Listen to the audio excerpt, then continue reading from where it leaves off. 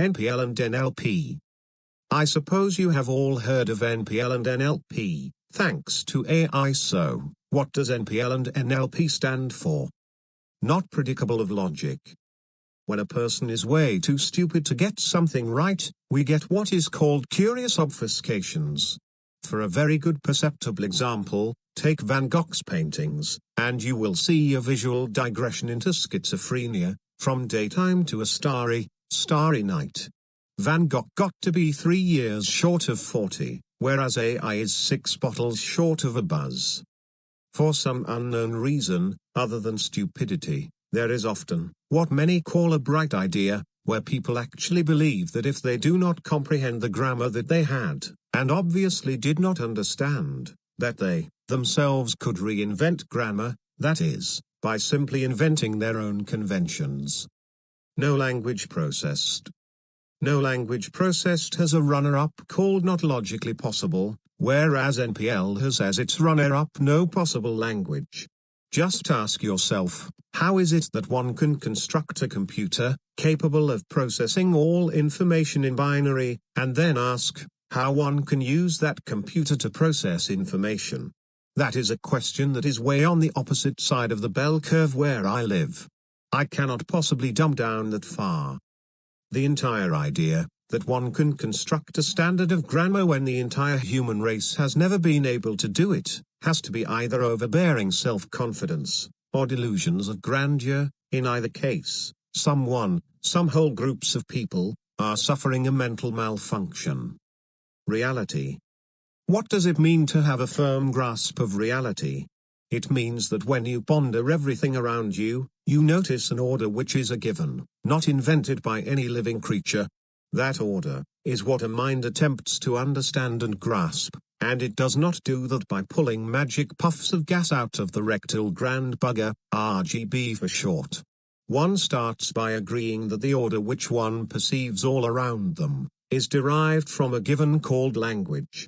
No one, with the least bit of sense, claims to speak language, or invent language, because it does not really take much in the way of reflection to remember. Well, we are born with some language functionality such that we do not learn what we are given, but we learn how to turn that given into grammar systems. The first hint of mental malfunction is when a person cannot distinguish language, a class, from a language, commonly called a grammar, as members of that class. Nobody processes language, they process information, and they process that information in grammar systems.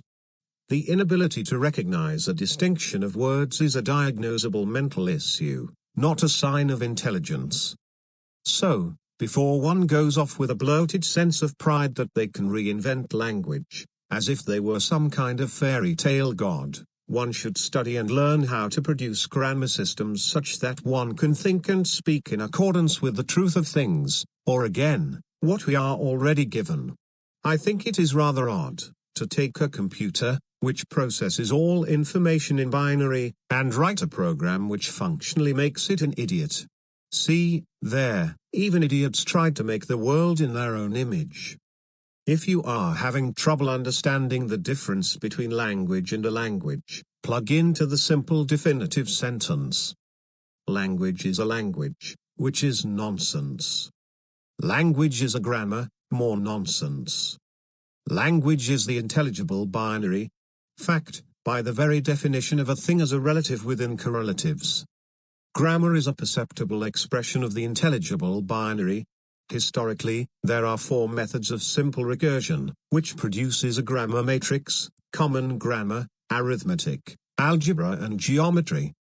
Or in the simple, 2 times 2 equals 4, the 2 intelligible elements multiplied by the 2 perceptible elements gives 4 possible combinations. History has already done the math for you. Multiply those 4, into logical and mathematical application, you have 8 systems of information processing. 8, and mankind has yet to master any of them. So, how is it anyone can imagine that they can replace the 8-fold path with one pile of gibberish unless they are totally broken? The immutable identity. What is common between making a malfunctioning program and the insanity of the human race? The identity is grammar, not language, but grammar. How stupid does one have to be not to recognize that if a computer can process all information in binary, and if you make mistakes in binary recursion, it either produces crap, or it simply crashes, and the human mind. If a human mind is not taught how to be sane, can it ever become sane other than by its own intelligence? Today, there being no correct grammar books available and used for public education, it follows that in order to become sane, one has to climb out of hell in order to become sane. I do not make, for myself, that claim, because I actually had help, non-human help, and they were very patient with me. If one examines what we know of Socrates, even Socrates, Moses, Christ, and other prophets had help. Humans cannot do it without help. No messenger, aided by our neighbors, has ever been self-elected. In fact, each one reacts to the introduction in their own fashion. However, all of us has had the same reason, helping to evolve a species capable of regulating the life upon this planet, a job we are far from being able to do. You may think you know of the terror of having to climb out of hell, but I seriously doubt it. That terror can kill you. Binary recursion produces exactly 4 categories of grammar: common grammar, arithmetic, algebra, and the metagrammar, geometry.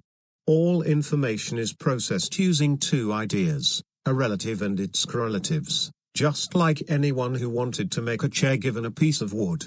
There is nothing mystical or difficult about the idea, so, if you realize this, you ask, why is it that mankind does not recognize it yet? It is not because we are intelligent, or a genius, quite the contrary. So, the best way to aid in human stability is simply to teach children from the start their biologically defined job.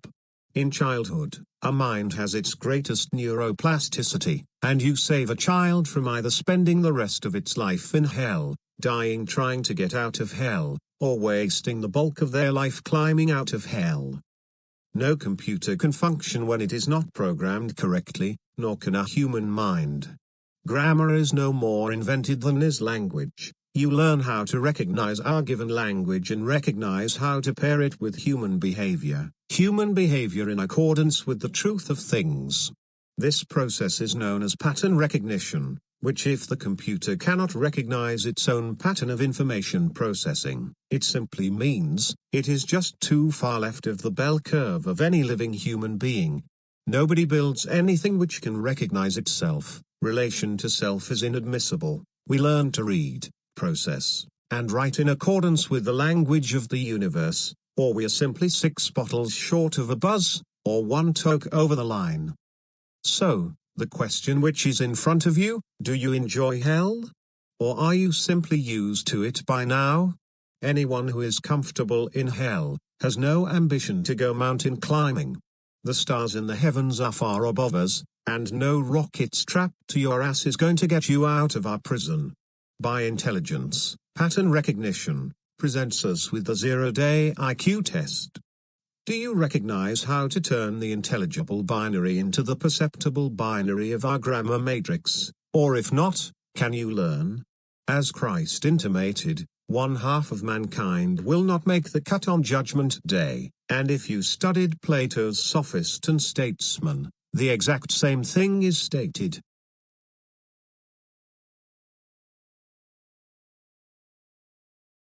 False words are not only evil in themselves, but they infect the mind with evil. Phaedo by Plato,